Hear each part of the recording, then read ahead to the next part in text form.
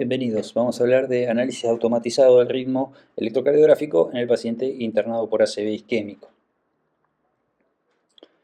Para nosotros es fundamental conocer la causa del ACV que presenta un paciente. Esto nos permite darle el mejor tratamiento disponible en base a los hallazgos de los estudios complementarios, y es lo que hace finalmente que el paciente tenga menor probabilidad de tener una recurrencia y mayor discapacidad.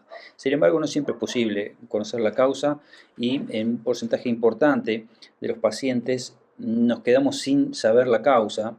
Ese porcentaje está alrededor del 20%. Y en esos pacientes estamos muy preocupados porque pensamos que eventualmente no estamos tratando algo que deberíamos tratar para disminuir el riesgo de una recurrencia. Y la fibrilación auricular en ese sentido es una entidad muy importante de detectar, porque puede ser paroxística y podemos no detectarla inicialmente y sin embargo estar latente y manifestarse eventualmente ante una recurrencia con un evento embólico. De esta manera, nosotros diseñamos un sistema para guardar los datos del monitoreo durante la internación y analizarlo con inteligencia artificial para detectar fibrilación auricular.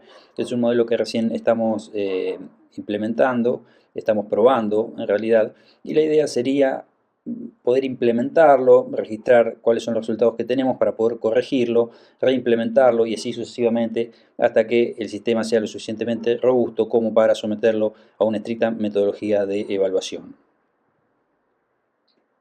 ¿En qué pacientes nosotros deberíamos grabar el ritmo cardíaco durante la internación con el objetivo de analizarlo para determinar la presencia de fibrilación auricular?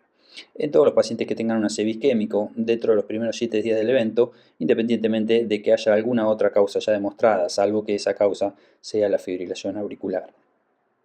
Hay que tener en cuenta que este sistema es un sistema que estamos diseñando y que estamos probando y que debemos considerar experimental, y que el estudio del paciente con un ACV en nuestro medio debe seguir las normas de las guías que dicen que todo paciente debe tener al menos un monitoreo de 72 horas por Holter, y esto es lo que vamos a indicar al paciente durante la internación o durante el alta, independientemente de los resultados que obtengamos con este método que estamos probando. ¿Qué es lo que proponemos como forma de implementación? Bueno, se llega a la internación un paciente con un diagnóstico de ACV isquémico, lo va a recibir un médico, en general un médico residente, y cuando ingrese ese paciente con un ACV isquémico, el residente debería pensar que si es un paciente que cumple los criterios que mencionamos antes, hay que poner a grabar el monitoreo. Es decir, todos los pacientes que ingresan en la unidad de stroke se monitorean en forma continua, pero nosotros tenemos la disponibilidad, como vamos a ver más adelante, de grabar ese monitoreo para que esos datos digitales no se pierdan y sean analizados por una inteligencia artificial. Este sería el primer paso, que el residente reconozca la importancia de monitorear ese paciente al ingreso. Posteriormente, el rol de enfermería va a ser fundamental para conectar el paciente al monitor y para conseguir que la señal que nos muestra ese monitor sea la adecuada. Entonces, cuando ingresa el paciente, el enfermero va a saber si es un paciente que va a ser candidato al monitoreo y a grabar el monitoreo, porque se lo tiene que avisar el médico que recibe al paciente. Y si esa es la situación, debe extremar las precauciones para que los electrodos estén bien colocados y que las señales del electrocardiograma sean correctas. Por otra parte, hay que explicarle también esto al paciente para evitar las desconexiones y las interrupciones innecesarias. Los enfermeros están más que capacitados y acostumbrados al monitoreo electrocardiográfico. Solamente destacar que la posición de los electrodos tiene que ser la adecuada y que podemos obtener distinto tipo de señales, como esta señal, que es una señal bastante apropiada, igual que esta otra. A veces puede haber un poco de ruido en la línea de base, como podemos observar a este nivel. Sin embargo, el registro sigue siendo bastante bueno. A veces tenemos algunas frecuencias más bajas que van distorsionando la línea de base. A veces tenemos mucho ruido y esto sí hace que el registro sea prácticamente inservible. Lo mismo que cuando la línea de base está muy perturbada. Consideramos que lo óptimo sería obtener este tipo de registros que casi no tienen ruido de fondo. Estos ritmos con algo de ruido de fondo, pero que tienen una señal claramente distinguible del ruido de base, son registros útiles, y con artefactos ya más groseros serían registros que no nos sirven y habría que encontrar sí o sí una manera de solucionarlo, cambiando electrodos, cambiando cables, cambiando la posición del paciente o lo que fuera necesario.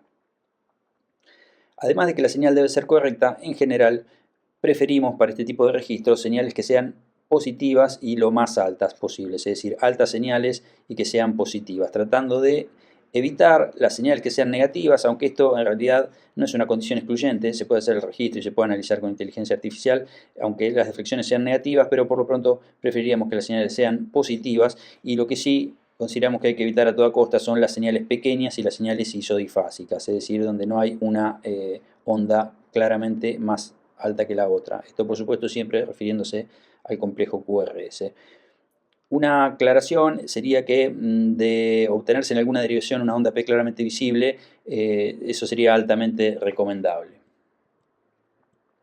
Entonces este residente que recibió al paciente y que consideró que tenía indicación de monitoreo, lo habló con la enfermera conectó al paciente adecuadamente y obtuvo una buena señal, entonces ahora va a acceder al sistema y va a cargar los datos de ese paciente, y esto es fundamental.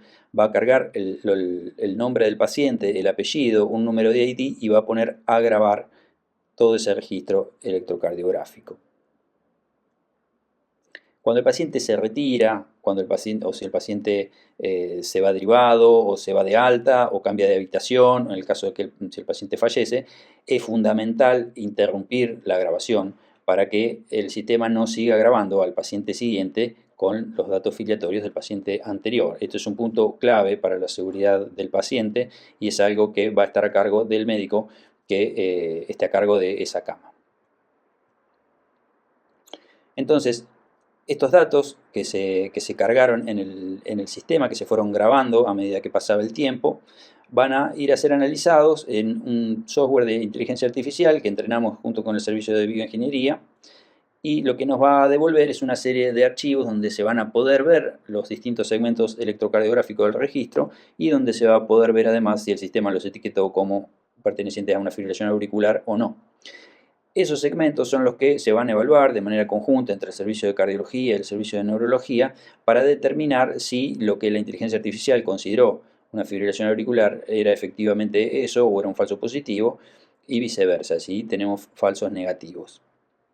En base a eso se va a construir un informe donde van a aparecer las imágenes y donde van a aparecer las estadísticas de lo que sucedió con todos los segmentos de registro, y por supuesto, esto se va a consultar con el servicio de hematología para considerar el mejor tratamiento posible de este paciente que tiene fibrilación auricular y que a través de este sistema y con la supervisión de los cardiólogos se determinó que tenía una fibrilación auricular. Entonces se optará por alguna forma de anticoagulación o por algún tipo de dispositivo para prevenir una recurrencia de stroke asociado a fibrilación auricular. Entonces, resumiendo, cuando ingresa un paciente con un stroke isquémico, va a ser evaluado por el servicio de enfermería, por el médico residente a cargo, se van a asegurar que haya una correcta señal. Por ejemplo, en este caso esa señal no sería viable, esta tiene bastante mala línea de base, acá tenemos una un poquito mejor y acá sería una imagen óptima. Esto es lo que se va a definir en primera instancia, y una vez definido esto, el médico residente se va a encargar de poner a grabar todo ese registro de señal electrocardiográfica para que quede guardado y para que la inteligencia artificial lo vaya postprocesando. Una vez hecho todo ese postprocesamiento, esto se va a cargar en otro software que va a permitir la visualización de estos registros y que nos va a mostrar además qué es lo que la inteligencia artificial dijo sobre esos registros.